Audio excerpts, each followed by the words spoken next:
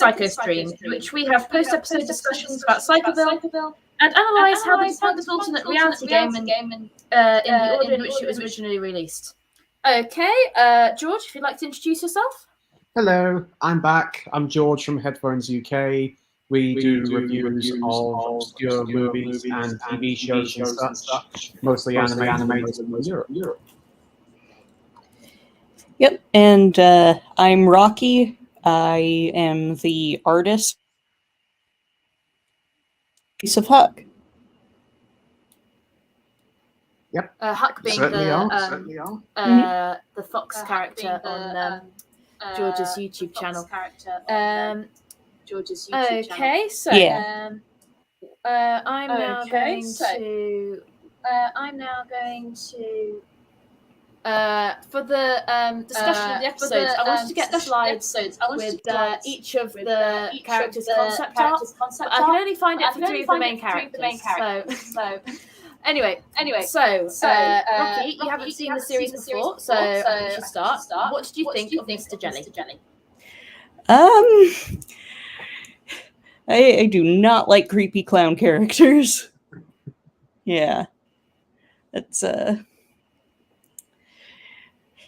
don't know, I got some real John Wayne Gacy vibes from this guy. I knew you were going to say that. Yeah. Well, Reece Shearsmith, the co-writer and the guy playing him, he is a big sort of true crime serial killer enthusiast. So yeah, that might not be entirely coincidental. So, George, have you got anything to say about Mr. Jolly this week? Oh, by the way, just in case anyone hasn't seen the episode recently, this is the first episode we see him unsuccessfully at a little girl's birthday party.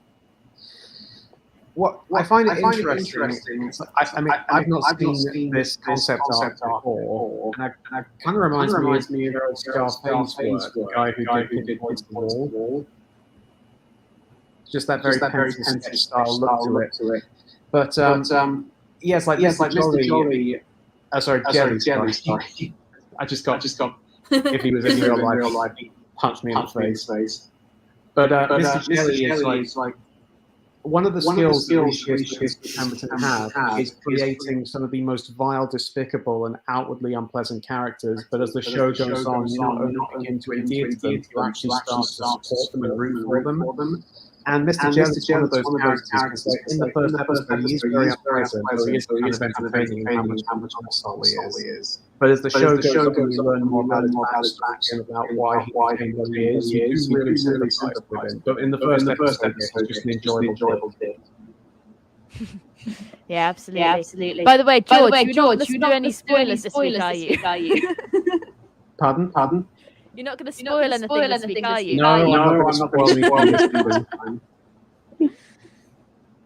Okay, hello to the two people who are on the stream. We have the beginning. The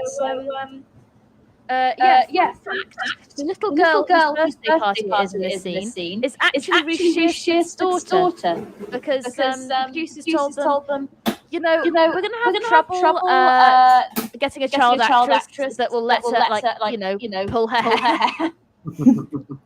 So that's Reece Shearsmith's own daughter. I think she does a very good job. Don't worry, dear. Alice just pull my hair out of this for a second. I'll get you an Xbox after this. It'll be fine. Yeah, apparently when he asked, he said, she said, she must be a very in-demand 6-year-old. Okay, by the way, these are Reece Shearsmith's concept art sketches, by the way. He also drew in the previous video David's drawing serial killers. He did those as well. Oh yeah, David's drawing killers. Yeah. Okay. By the way, Rocky, did you get a chance to watch last week's live stream? I did not. I'm sorry. Not a problem. Means you're going into the fresher than you would have otherwise. Mhm. Okay, so Mr. Lomax, Rocky, what do you think of Mr. Lomax? Given the way the series is going, I almost wonder if there's something like really supernatural about him. And also, what's with the room at the end? Yeah. The room full of Beanie Babies, his holy of holies. Yeah. They do explain that in the next episode. Yeah. I see. Okay. He's aware the beanie bubble burst, right? Well, it's debatable. They never really go into that. They also never explicitly state that they're Beanie Babies. But then again, that might just be because of BBC's rules against advertising. So yeah. So, for those of you who don't remember, Mr. Lomax is blind. In this episode, he meets Michael Fry, who he nicknames Tea Leaf, who is played by Daniel Kaluuya, who is a big Hollywood actor now. I did show my brother the moment in my video where I... That is really cool. Pardon? I did not know he was the guy from Get Out. Yeah, he was in Nope as well. Yeah. These are all films I haven't seen. I've only seen him in this and Johnny English Reborn. I showed my brother that clip in my Psychoville review where I go, you may remember him from Johnny English Reborn. I do hope someone notices him and gives him a big role in something. And my brother didn't get the joke. I was like, you know he has an Oscar now? I was like, oh, really? That's good. I was about to say the Johnny English film. I was about to say, wasn't he also the guy who played Bigwig in the CGI Watership Down? But no, that's his Finn in Star Wars. Yeah, no, he was in the CGI Watership Down. He was Bluebell. That's right. Yeah. I think Daniel Kaluuya is very good in this. You know, out of the two roles I've seen him in, he plays quite different characters, but sort of quite, subtly different, and they're both sorts of mostly straight men in the roles I've seen him play. Anyway, now we'll move on to David. Rocky, what did you think of David? So what's the rating of this stream? Am I allowed to mention who he reminds me of? I mean, I don't usually like swear or talk about more adult things on my channel. But then again, we are talking about this show. So exactly. Yeah. Go ahead. Okay. Children don't watch this movie. He reminds me of the protagonist, if you could call him that, of the Human Centipede 2. It's really and the fact morbid that movie stuff. was made and set in England does kind of bring that panache forward a little bit more. Yeah, just like this very disturbed, weird guy with a bit of a mom thing. Yeah. Yes. Yeah. I did say in my review of Psychoville that I don't think there's anything as dark. Like, I don't think the show overall is as dark as League of Gentlemen.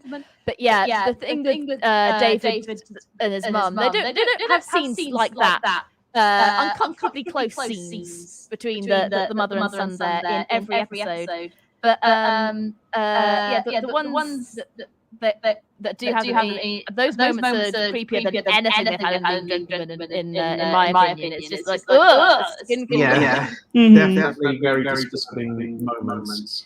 Yeah. Hi, Katie. Yes. That's there is an echo. That's for some reason it's not playing back through Rocky's headphones. So yeah, sorry. Yeah, I haven't managed to fix that.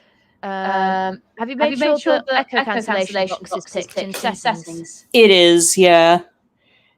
I don't know. I think all I have to do is restart the computer, but I can't really do that right now. Kind of makes this sort of creepy horror in a big cavey room kind of effect. Kind of like it. Yeah, it did. When we were watching the episode together, there was an echo, and the bit where David goes, It did sound funny with the echo. If that's even possible, because that is a great moment. That is what I started my Psychoville review with for that reason. And but yes, so for those of you who don't remember, this episode opens with David going to work at his murder mystery evening. And as a true crime enthusiast, with a particular interest in serial killers, he tries to make the murder mystery evening's murder a bit more realistic and a bit more deranged, and not everyone is a fan, so he loses his job. And the in killer his words, wrote "fuck as he, pig" on the returns to wall his in mum, his own excrement. Could be a clue. yeah. Which they reveal in the later episode that it was his actual shit that he used. Yes. He's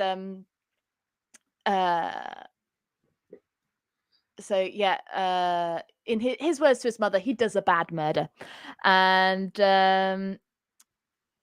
so yeah, I think probably what's the most disturbing thing about David and Maureen is how childlike David is and how so believably motherly Maureen is, which is a way of like, I think it's, again, like you were saying, it's hard to believe you end up sympathizing with these characters. Yeah. Like it makes you sound like a deranged maniac if you say you have sympathy for these characters, but you end up sympathizing with them towards the end. And I think it's because of how childlike David is and because of how motherly Maureen is and how much she talks like an ordinary mum 90% of the time. Yeah. It's also just down to they're so good at acting that they can really kind of show those endearing elements even through the outwardly disturbing and off-putting parts of the characters. Yes, absolutely. And Rocky, did you realise that Reece Shearsmith was playing David's mum Maureen as well? No, I didn't actually. So Reece Shearsmith's the co-creator. He's the one playing Mr. Jelly and Brian, the Panto Dame as well. Yeah, I know. Does he have Panto Dame experience or He something? does actually. What I don't know about Panto Dame, but they do have experience in doing pantomime stuff as well as performing on stage because that's where they got their start. I see. Yes, they did a Panto live show with their characters from their previous show, which were even more grotesque and weird. So, but yeah, they apparently Reece Shearsmith was inspired to do a sort of a backstage storyline because he had just done The Producers in the West End as Leo Bloom. So that's why he wanted to do that. And Steve Pemberton, the other writer and co-creator of the show, he plays David and Joy's husband, whose name escapes me, and Lomax. George. Yes, George. So yeah, they have incredible range. Who does not look that much like me. Pardon? Who does not look that much like me. Yeah, he has more hair. Only just because he was balding. Yeah. And he had a nice moustache. Yeah. Yeah, Steve Pemberton did shave his head for the show so that they wouldn't have to have issues with like bald caps and things. And as I don't know if you notice at the back of David's head with that bowl cut, it's like shaved at the back. Yeah. when he turns around. Mm-hmm. It's interesting that you know. I went into it knowing that they played multiple characters, but it's interesting you going into it not knowing they were going to play multiple characters and then being completely surprised by it. That's brilliant. And I mean that is partially them being fantastic actors, and that is partially the great hair and makeup.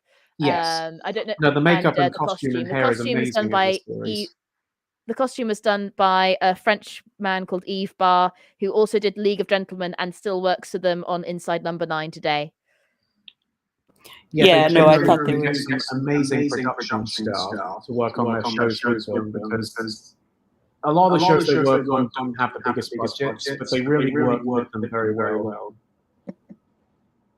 Absolutely. And as we'll discuss further on in the series, they actually had a whole episode that they that they had to write a bottle episode for budget reasons, just so they could ask for a 7-episode budget and spend the rest of the budget on the rest of the show. And it is just your normal half-hour comedy budget, but they do so much with it in this show. So it's effective. It wasn't a matter of the show going under budget. It actually went slightly over budget, but they didn't want to spend any much more money on the 7th mystery episode. So it's like, spend as little money on this as possible, then we can use the rest of the money for the rest of the episodes. Yeah, and it is widely considered to be the best episode of the show.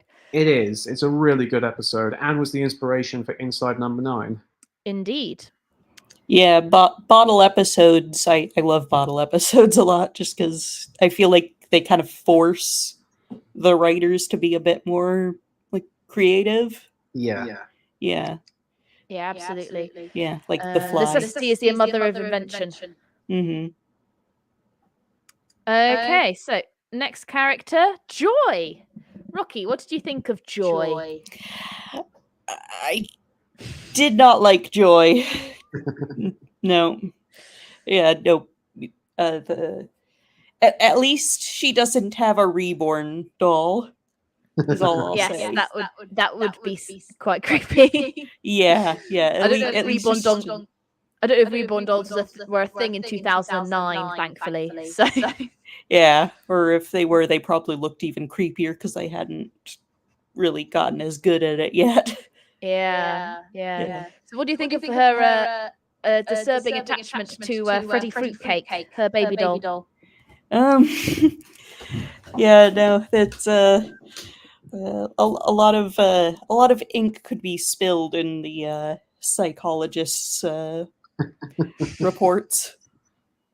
Yes. Yeah, I'm kind of interested to know why, though.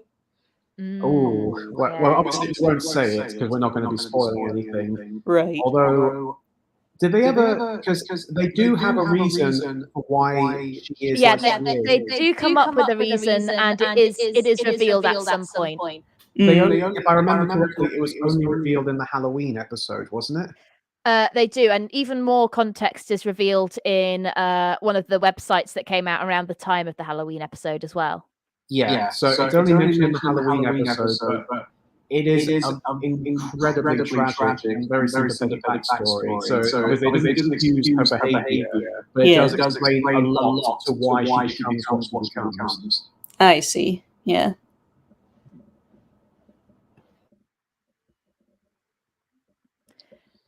And it's also really funny any to opinions see yet on her Dawn long-suffering French husband, playing George? Sorry, I kind of came in prematurely there. Oh. But it is really fascinating to see Dawn French playing a role like this, because she normally plays the kind of very kind but slightly snarky and sarcastic kind of character like Geraldine in The Vicar of Dibley and such.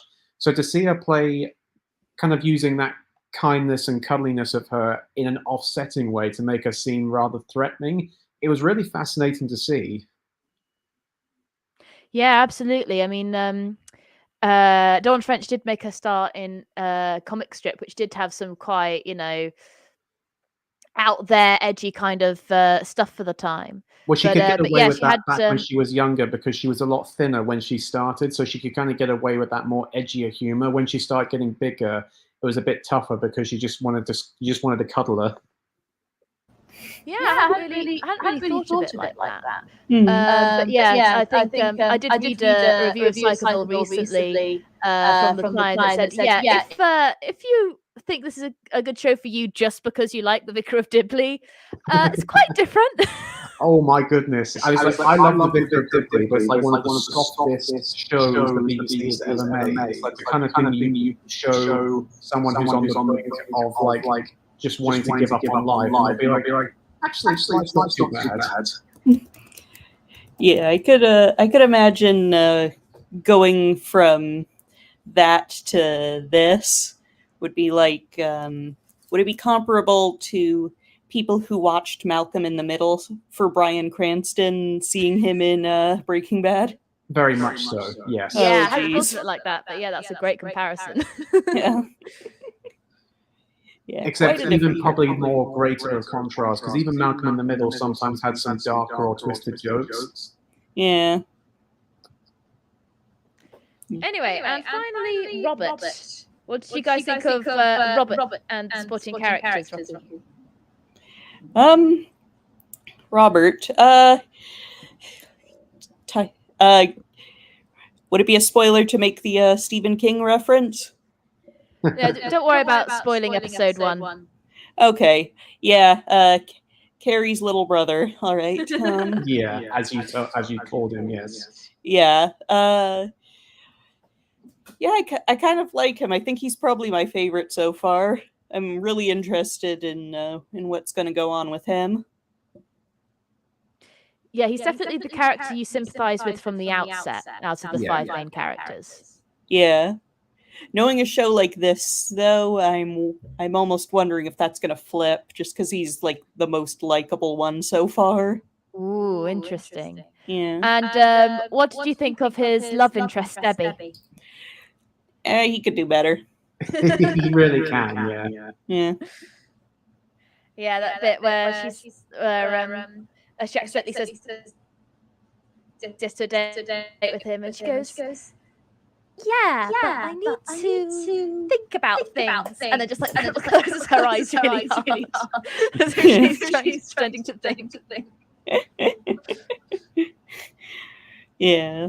And what did you think of Brian, the Panto Dame? Well, I'm a little mind blown that that he's one of like 3 other characters played by the same guy. Yeah. Still trying to wrap my head around that. Yeah. I think when I first watched the episode, I was like, here's this guy giving some nice advice, and then he just backstabs him at the end of the episode. Yeah. What an asshole. Mm-hmm. Yeah, I thought so too. Yeah, but Rishi Smith's really good in that role, as he is with all the roles in this. But that's probably the most underrated role, because the other roles are much bigger in the show. Yeah. So George, do you have any thoughts on Robert and his storyline? Yeah, well, like Rocky said, he's the most outwardly sympathetic from the start, which I think it works well to him, because he has this very kind of innocent, likable sort of expression about him. He just looks like the kind of person, when you look at him, that you think he'd be a nice, friendly guy. So I think it worked well to make him the most likable. And I also find it funny in the sense that, because obviously he's acting in a performance of Snow White and the Seven Dwarfs, so he's amongst a bunch of other dwarf actors.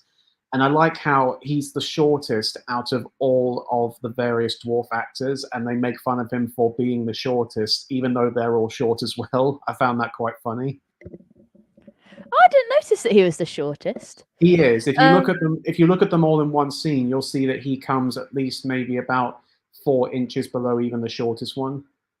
Oh, I should watch out for that next time. I wonder if he I wonder if they put lifts in the shoes of the others to make them taller, or if they just cast them all to be slightly taller than him. Could be. It could just have been a happy accident in casting, but it does work. Actually, it's worth asking Rocky, how much do you know about Panto? I think I went to one with my British cousins when I was really, really little, but most of the Panto stuff I know now is from my mom when she takes the kids in her class to one as a field trip. I know that they're usually kind of like weird versions of common fairy tales. So like fairy tales as a jukebox musical with innuendo. Yeah. There's always the dame, who's usually like the ugly stepmother or whatever. Yeah. Yep. I find it funny that basically, with all, not to get too political, but all the hubbub about drag in the States, and then in the UK, it's like, oh yeah, this is like a beloved children's tradition. Yeah, absolutely. Yeah, we do it a lot in the English kids media of having guys dress up as women, and yeah, we just kind of accept it. Yep. It's like, yep, whatever. Yeah, and of course, in this, the evil queen is being played by an evil queen. Yeah. Of course, he's playing Brian is playing the evil queen in Snow White. Mm-hmm. Okay, brilliant. So that's episode one covered. Now we're going to move on to, of course, Lomax's Holy of Holies. This is my Holy of Holies. So, on this Google Doc, I've written a record of all the websites that came out with the show. Because of Flash going down, they went down 2019 or 2020. So only a couple of years ago. So on Internet Archive, I've linked all the website. And I've linked the websites and how they looked when they originally went up, and also the order of the videos as well. So Rocky, to fill you in, the storyline of the sort of the online game of this is that there would be the blackmailer from the episode would be asking you, the viewer, to find out information from these websites, and then you have to send him the answers. Oh, so it's like a really early ARG. And in the end, you get this.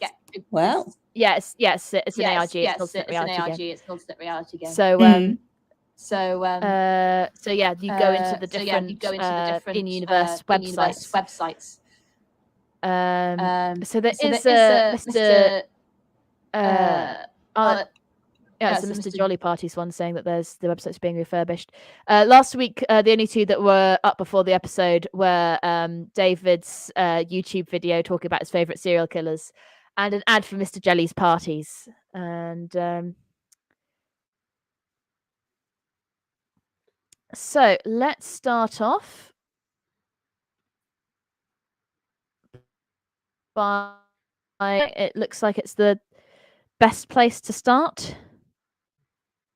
By the way, I keep forgetting this. I forgot during the last live stream.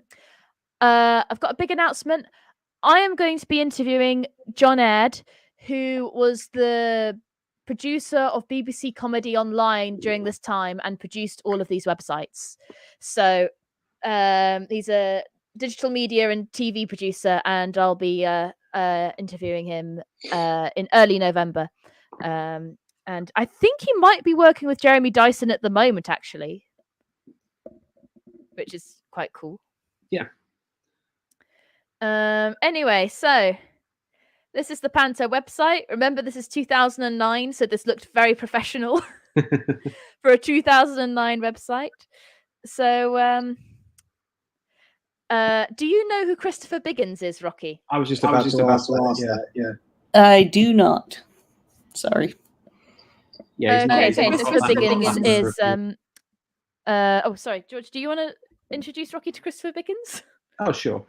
So he was a very famous actor who acted in a lot of shows and a few homegrown movies going as far back as the 70s. And he's kind of become a fixture of the Panto circuit and also the kind of British cameo circuit that I like to call, basically the sort of people who never really have any major roles. They just show up to have cameos and things and say, oh, look, it's him. Oh, okay. Yeah, my mom has a old friend from college who's like that. Oh yeah. Yeah, he became an actor, and she always points him out whenever he shows up in a movie. Oh, I see. Yeah, Biggins mostly just does pantomime, and he has done for like 20 years now. And he was also a contestant on I'm a Celebrity, Get Me Out of Here, hence why it says King of the Jungle on his bio, because he did win. Did he win Celebrity Get Me Out of Here? Yeah, he did. I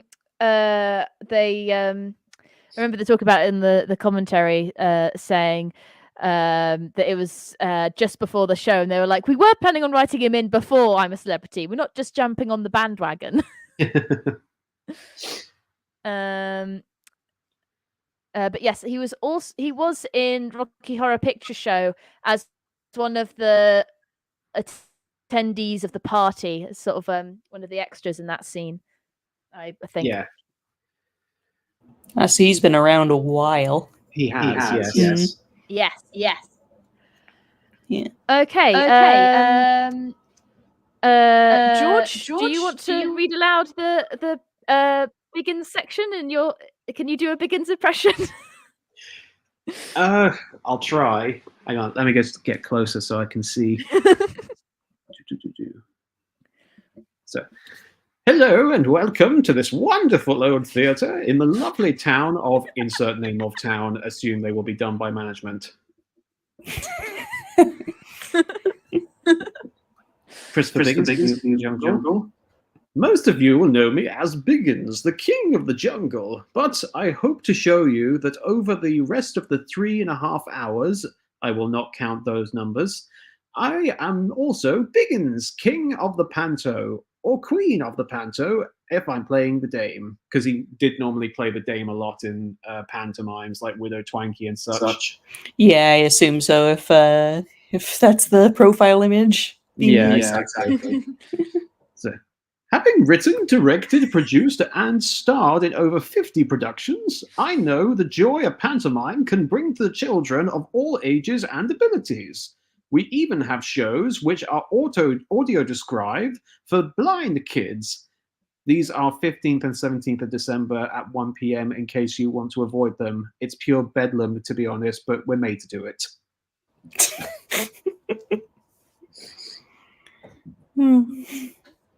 I can imagine how if we've got the poster here. We can... Sorry, there's a delay. So I was talking over you. Sorry. Oh no, I was gonna say I'm trying to imagine what an audio described play would be like, and yeah, I could imagine that would be pure bedlam. If you were not blind, yeah. Mm-hmm. Or even just being the actors on stage while someone's trying to announce it in front of you. He falls off the stage. He's glaring at me. So here's the poster for the version of Snow White. It does look very much like a kind of poster you would see for a panto. Brian does, yeah. Seemingly doesn't have a surname, but that's what Brian looks like as the evil queen. Which is a pretty good makeup job, actually, and costume. Yeah, especially because he does his makeup himself, apparently. Yeah, we saw him applying it in the scene. Yeah. Yeah, I believe I'm right in thinking most theatre actors do their own makeup. Having worked in the theatre for a few years, in most cases, they do sometimes, but depends on the kind of production. So if it is very over the top kind of grease paint, face paint sort of makeup, then yeah, they do it themselves. But if it's more subtle, like if they're in something like a Noel Coward or a Shakespeare production, they'll get a professional to do it. Oh, that's interesting. Yeah, well, probably because those are more prestige plays, they probably get bigger budgets for that kind of thing. Yes. Yeah, I do know that stage makeup is a lot different from like screen makeup, though, just because. Oh yeah. Yeah, especially because it has to be able to withstand through gallons of sweat. Yeah, no, I remember having performed on stage as well, you sweat a lot as soon as you hit that stage. So if you're wearing some sort of makeup that runs, you're going to be looking like the Joker in Batman when Vicky Bale throws the water on him. Yeah, no, I remember in school we went on a field trip to a production of the Disney version of Beauty and the Beast, and some of the actors came out afterwards as like a meet and greet, and I remember Gaston looked normal on the stage, but 5 feet away, he looked like pure nightmare fuel. Well, that's also the thing with stage makeup, is that it has to be something that you can see from a distance. Exactly, yeah. Yeah, so much contouring. Ah, Alicia Alvarado. Glad to see you've made it. Oh, Midnight Sparkles is here. Yeah. Oh, she liked my impression of Christopher Biggins.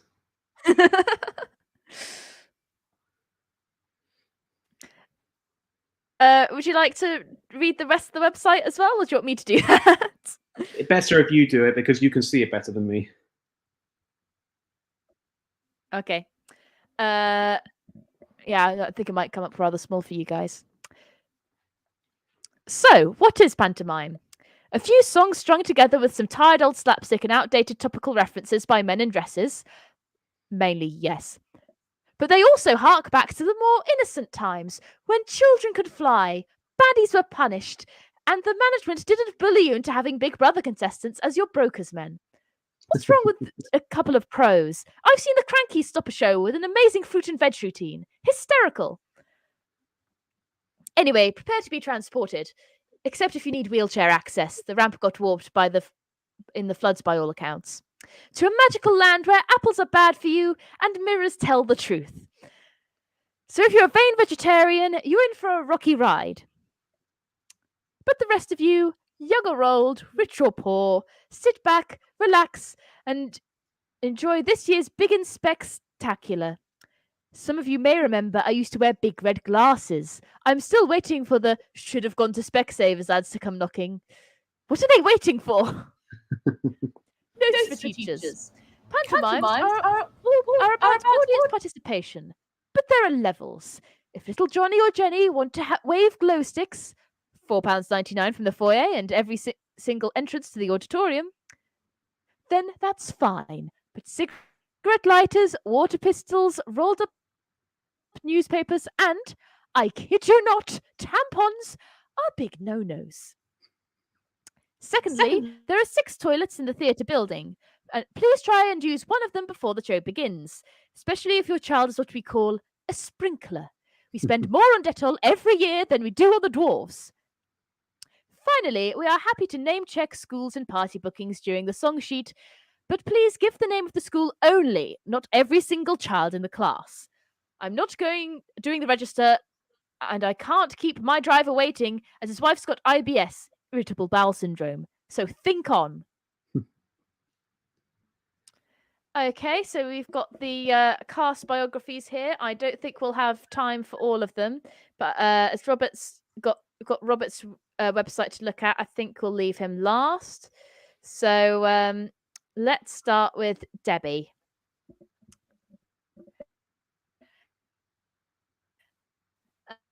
Voice. Debbie was born in Yeovil and trained at the Sylvia Young Theatre School, where she was a mature student at the age of 24. Debbie actually trained as a dancer and is amazed that she has any kind of acting career. Theatre includes Summertime Special, The Nutcracker, National Tour, Old People's Homes really, Goldilocks in Goldilocks, Spain, Shipshape in Bristol Fashion, Edinburgh, The Underbelly. After a long lean spell in which she did telesales with Ian Lavender, before Enders, Debbie spent weeks visiting casting agents on her knees until one of them finally tossed something her way. The role of Christy in the BBC Three sitcom Stinkfinger launched her into the big time, with a role in Spooks, Code 9, Anxious Blonde, a photo shoot for Zoo magazine, and the launch of her own perfume, Smells Like Debbie. Debbie has loved doing her first panto and wants to thank Chris, Mum and Dad, Nana Hart and Granny Kebble, David, her hairdresser David, and children everywhere. Oh, and the dwarves. Not the same David that we saw earlier, just to be clear. Yeah. Yeah, hence hairdresser David. Yeah. African snails. Have you ever seen African snails? They are massive. Oh yeah, no, I've looked after them for friends before. They're intimidating. They're actually illegal where I live. Oh, really? Yeah, Yeah, I Because imagine if they were introduced into the ecosystem, they might cause a problem. Yeah. Oh, well, problem's an understatement. Hmm. Imagine how much that thing eats. Yeah. Mm. Yeah, I imagine it's an invasive species, isn't it? Yeah. We'll point out that there is some stuff down here, like the fake theatre bookings and fake fundraising appeal, but we're not going to. And this. That's the restaurant that Robert here. mentioned in the episode, yeah. Brian Blessed as Truman Capote. Oh my god. That'd be something. Blessed and Biggins have worked together quite a few times, actually. Yeah. But like do you know who Truman Capote is? I know of him. He wrote. Was it Breakfast at Tiffany's? He wrote. Yeah, he wrote a lot of things, but the thing about him is he was a very imagine a man the absolute opposite of Brian Blessed. He's like a teeny little frail guy. So yeah, Brian Blessed playing him would be a very funny thing to see. Yep. I think my favourite fake thing here is the fallopian tubers, all-female brass band. That is a true Chia Smith and Pemberton joke. That is definitely a joke they would do. Mm. Yes, they are very good with puns. I think my dad's favourite part of every episode of The League of Gentlemen is the opening where it takes you through the town of Royston Vasey, and there's just a load of visual gags, one after the other. Yeah. And puns. That's very good. Anyway, so let's read about Brian. I mean, there are little things for all the minor characters here. But let's stick to the actual supporting cast of the show. I don't think I'll be able to do Brian's accent. Brian Macmillan, Evil Queen. Brian was born in Perth, Scotland, and trained at Webber Douglas and Lecoq in Paris. He spent 5 years developing his own drag show in Hamburg, all tartan, no knickers. Brian was dismayed to return to his native Scotland to find Tina C and Dead Marilyn crawling all over the Edinburgh Fringe. With his act undeterred, Brian took roles in Taggart, Tranny Annie, Still Game, Chick with a Dick, and Monarch of the Glen, Aunt Cecilia. It was during a tour of Rocky Horror that he first met Biggins, and the Panto Dame loomed large. To date, he has given 5 Mother Geese, 4 Wicked Queens, 3 Widow Twankies, 2 Ugly Sisters, and a partridge in a pear tree. He lives alone. Well, that seemed like an unnecessary detail for the poor guy.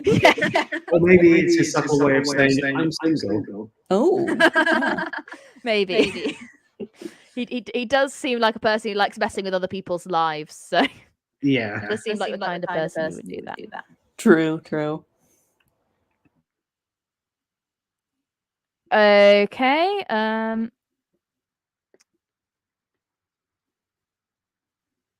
There is a profile for Kerry here. I think we're pressed for time, so I think we'll go straight for Robert. I don't think I'm going to bother doing a voice for Robert. He's got a very generic voice. It's difficult to imitate that. Yeah. Robert Greenspan, blusher. Robert was born in Stratford-upon-Avon, so acting has always been in his blood. He first acted as Rue in Christopher Robin and Friends at St. John's Primary and was an instant hit. Training, Rose Bruford College. Other theatre roles include Blushful in Snow White and the Seven Dwarfs, Bristol Colston Hall, 1997. Bashfully in Snow White and the Seven Dwarfs, Wolverhampton Civic Hall, 1998. Shyly in Snow White and the Seven Dwarfs, Northampton New Theatre, 1999. I'm going to just be reading out a load of theatres. Redface in Snow White and the Seven Dwarfs, Hexagon Theatre, Reading, 2000. And Timiddy in Snow White and the Seven Dwarfs, Cambridge Corn Exchange, 2008. He also played Jacob in the Ravenhill Players production of Joseph and His Amazing Technicolor Dreamcoat in 2007.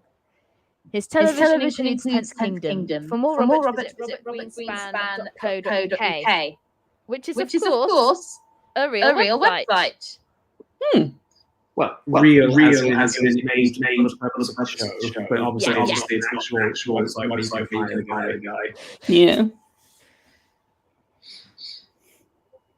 I mean, you could try, but you'll be disappointed. Yeah, exactly. Oh no, did the Wayback Machine eat it? No, just almost there. There we are. I think the moving stuff on the right there wasn't moving last time. So I think I don't know if Internet Archive have recently come up with a thing to deal with the loss of Flash, that ruffle thing that came off, and because that wasn't there last few times I've looked at the websites. Oh yeah, they've worked on something to integrate into websites that used to have Flash. Apparently, a lot of weirdly enough, a lot of Neopets is now usable again because of that. The origin of your name, of course, which you remind us today on the Discord. Yep. And after a 18-year-old Neopet. Oh, that's brilliant because there is stuff here that on these websites that no longer works because of Flash. So we're going to have to go back through all of these. Some of this is exciting because that means that some stuff that pops up in here I might not have seen before. I think there's been a glitch with this. Fake sports advert. So up here it does say that the website hasn't been edited since the year 2000 or 2002 or something like that. Mm. So hi fans. Well, I can't believe it's November again, and I'm knee-deep in rehearsals for yet another panto. Snow White for a change. It's been an amazing 12 months. I must update this site more often. And I've had lots of personal growth, which I will go into in more detail once I have some more spare time. We're in Reading this year and have a great cast in Kevin Kennedy, Prince, Patricia Hooge, Evil Queen, and Fogwell Flax, henchman. Fog sass us in stitches with his impressions of Frank Spencer, Deputy Dog, and Harold Wisson. Though I'm not sure how well they'll go down with the kids. I'm guessing these spelling mistakes are intentional. Could be, yeah. As well as the obviously the dated look of the website will be intentional. Anyway, I've worked with a few of the little guys before, Charlie, Kerry, and Mike, and the Snow White is a lovely newcomer called Lucy Davis. I think I may be falling again. She's not done much, although she has a famous dad apparently. Mike reckons it's Bob Cargillies, but Kevin says it's definitely Jasper Carrot. And she's just done a pilot for a new TV show called The Office, which she is hoping will go into a series. Well, that's all for now. Check out the photo gallery, and if you get a chance, please do sign my guest book. Thanks, Robert. So, presumably remember those on websites. Yeah. Pardon? Guest books on websites. Remember those.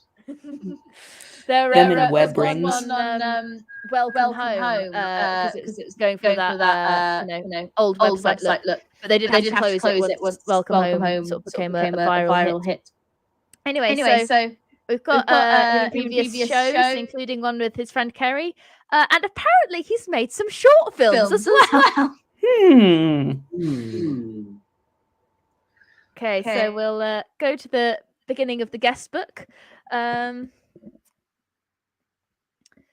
I'll read out the guest book.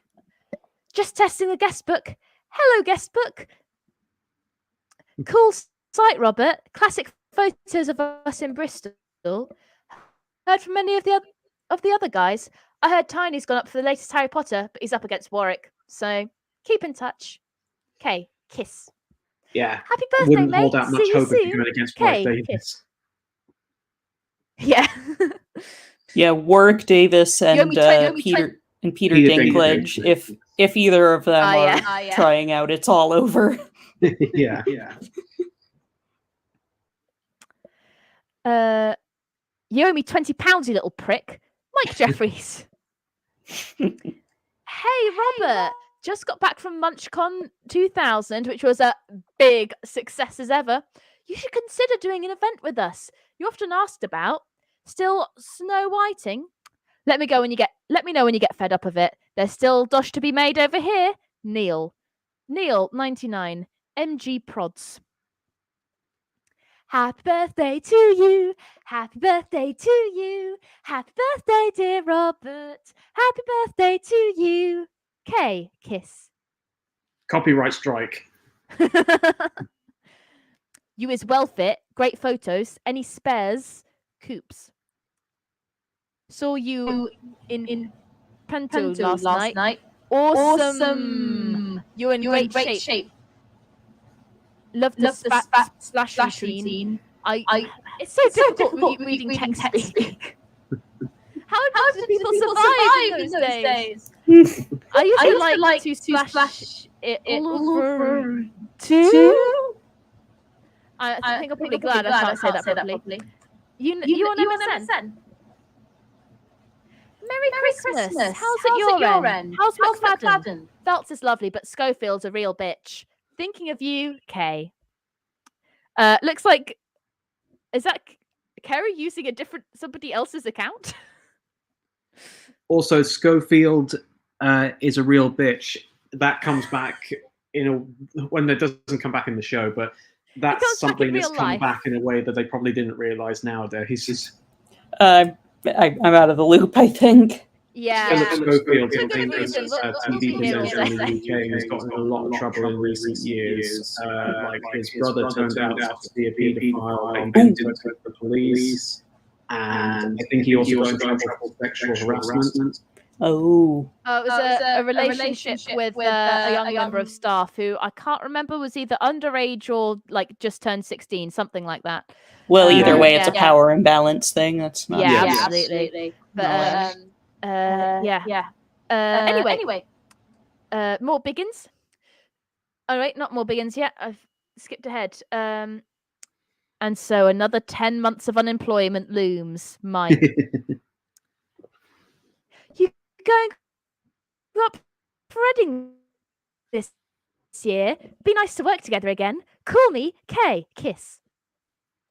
Good to meet you last night, Robert. Fabulous show. Neil and I loved it. You absolutely stole it from the others.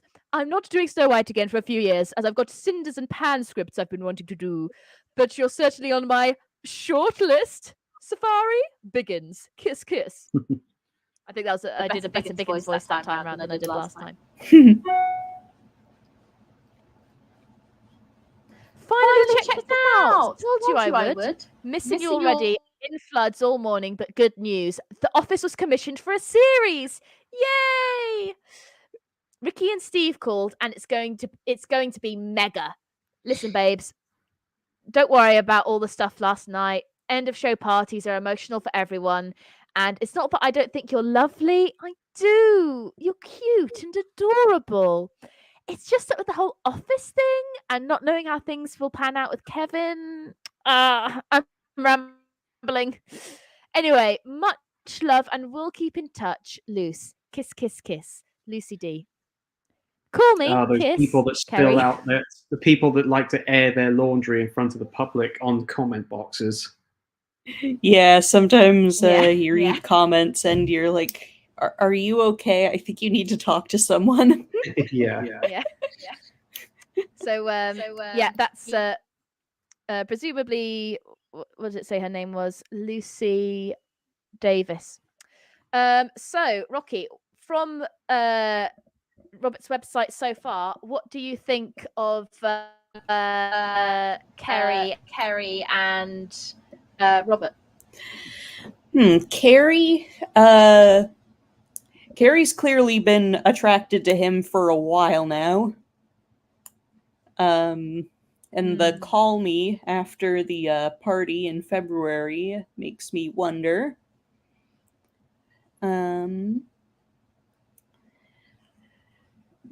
Biggins, I'm interested in what his relationship to Robert is.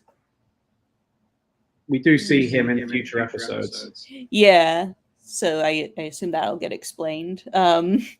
The Mike's comment made me laugh. And so another 10 months of unemployment looms, because it reminds me of the... did you ever hear that interview with Tom Kenny, The Origin of the SpongeBob Voice? No. I don't think I have, no. Oh, it's hilarious. I won't spoil it for you, but it reminds me a lot of this. Yeah. Sounds a lot like my life. Do a job and then, about 5 months of unemployment before the next one shows up.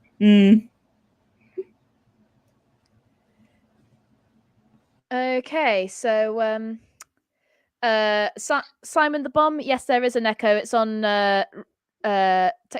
technical issue on Rocky's side, but she's turning off her mic. And the professional pipe bomb thrower says, "Let me reload my pipe bomb." I'm guessing that's a bot from the name, probably. We've got 2 people in the comments who've both got names referring to bombs. It's slightly concerning. Indeed. Okay, let's see what happens when you click on this. Don't click on that. That still freaks me out.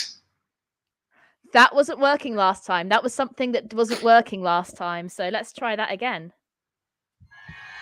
Stop it. Don't click on that. Stop it. Just stop it. Ooh, that is creepy. That is very creepy. And the football thing came out of the sports advert. That's brilliant. It is very funny and very clever, although when they explain the power thing, it does make you think, wait, how did that happen? Don't spoil things, George. I'm not going to spoil anything, but it is a little bit of a plot hole. It raises questions. That's all I'm going to say. So yeah, that wasn't working. I'm so excited that that's working now, because I'd like to thank Dr. Tom Phillips from the University of East Anglia, because he did a lecture a few years ago on Psychoville, and I managed to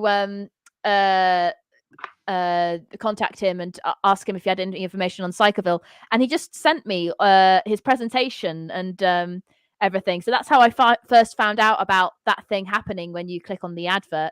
I've got a screenshot of it from that presentation, but I don't need that now. I'm so excited that all this stuff is going to be working, because that I don't have to go and sort of investigate all that now. It's going to be working. I'm so excited about that. Anyway, so this is the part of the stream where I'm going to have to tell my mom. Oh, sorry. Sorry, what were you going to say, George? I was going to say I was lucky enough to be introduced to Psychoville. I was lucky enough to be introduced to Psychoville while the websites were still active, so I got to see that happen in not having to go into the Wayback Machine.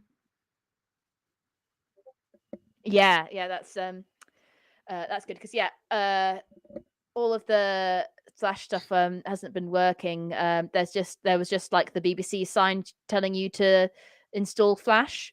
And it's also good because I know the Series 2 websites use Flash a lot more, so yeah, that's a relief. However, I don't know what I'm going to encounter if I click on this link now that Flash is enabled. I do, so. Okay. Well, Mum, if you're watching this, maybe go and make yourself a cup of tea now. I think we'll end the stream soon anyway, so I don't think you'll miss anything. Okay, let's see what we have here. Oh no. Yes, that is what I'm saying eternally.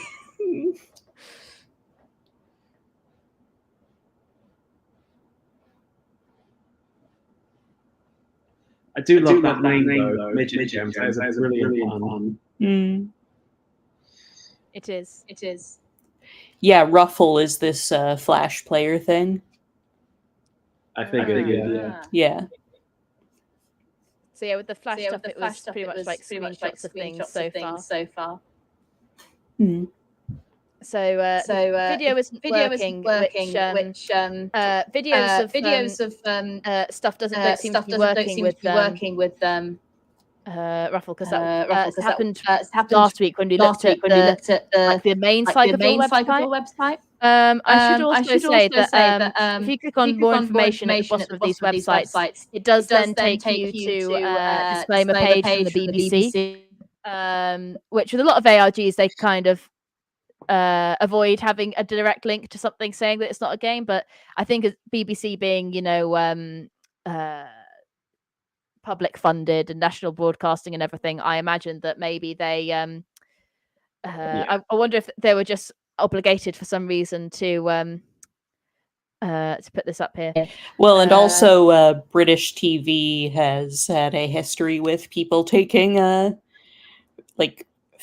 mockumentaries too seriously. You're thinking of Ghostwatch? Yep.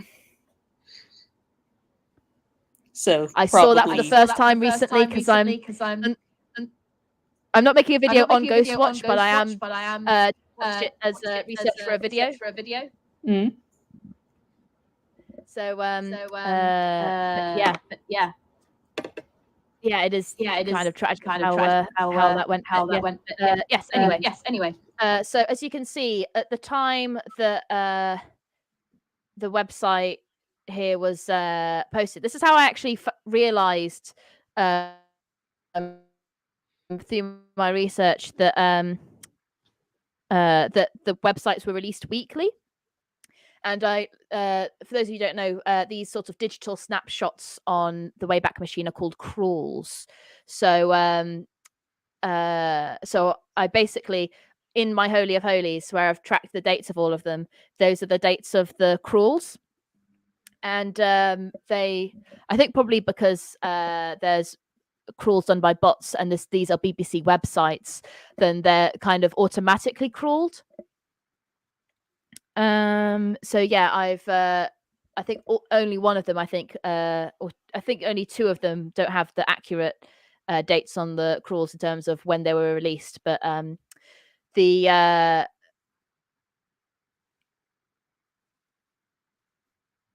apart from these ones, the websites are released the day after an episode named after the character.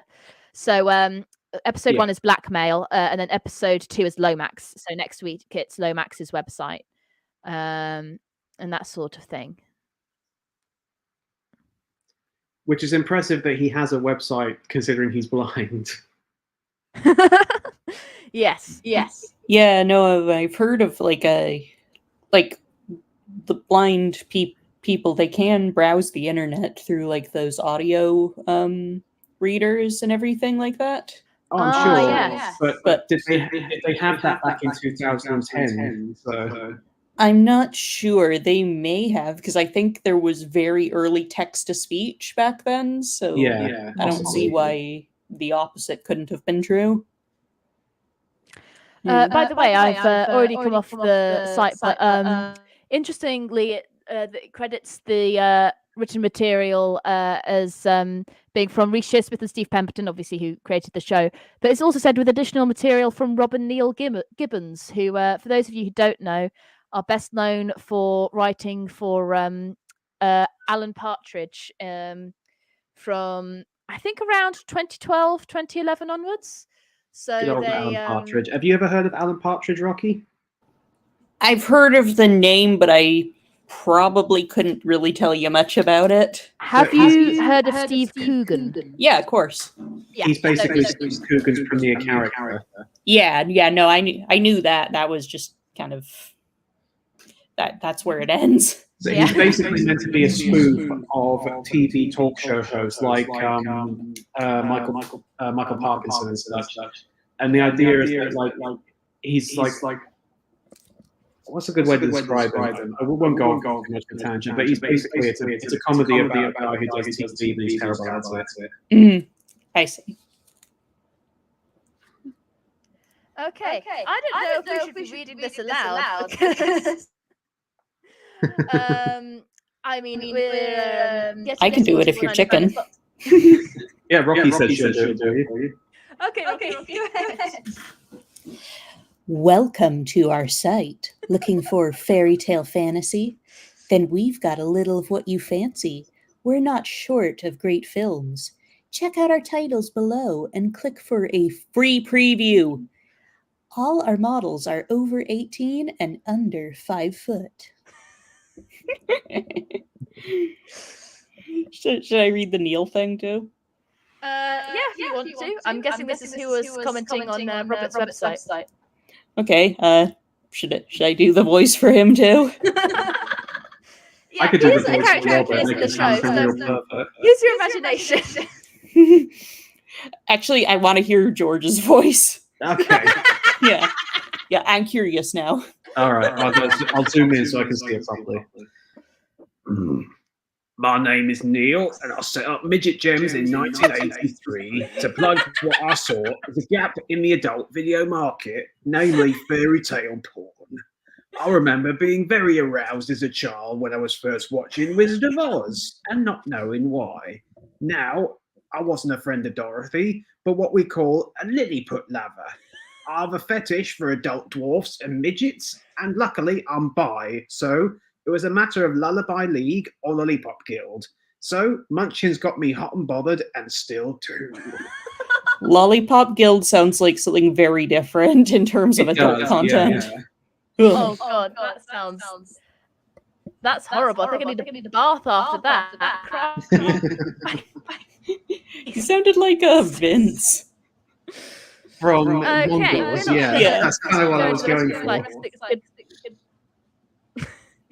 I think it's a good place to leave. This is flash content, so I've seen the screenshot of that previously, and that was just kind of mock-ups of different titles under the Midget Gems umbrella. So yeah, I think that's a good place to end it. Well, before we go, there's one thing I want to say in relation to that website. There was a news story back in 2011, around the time the show came out, actually, and I'm not kidding about this. This is a genuine story of a porn star dwarf lookalike for Gordon Ramsay, who was found dead because a badger attacked him. What the hell? I'm not joking. This is a real story, and it happened in England, funnily enough. And it sounds like something that you would actually hear in one of these shows. Yeah, I was gonna say that sounds like a sick joke. But it actually happened. And the best part of the story was when they quoted the title of one of his films, which was "Hi ho hi ho, it's up your ass we go." That's great. Oh. Sounds like something that would happen in Florida, though.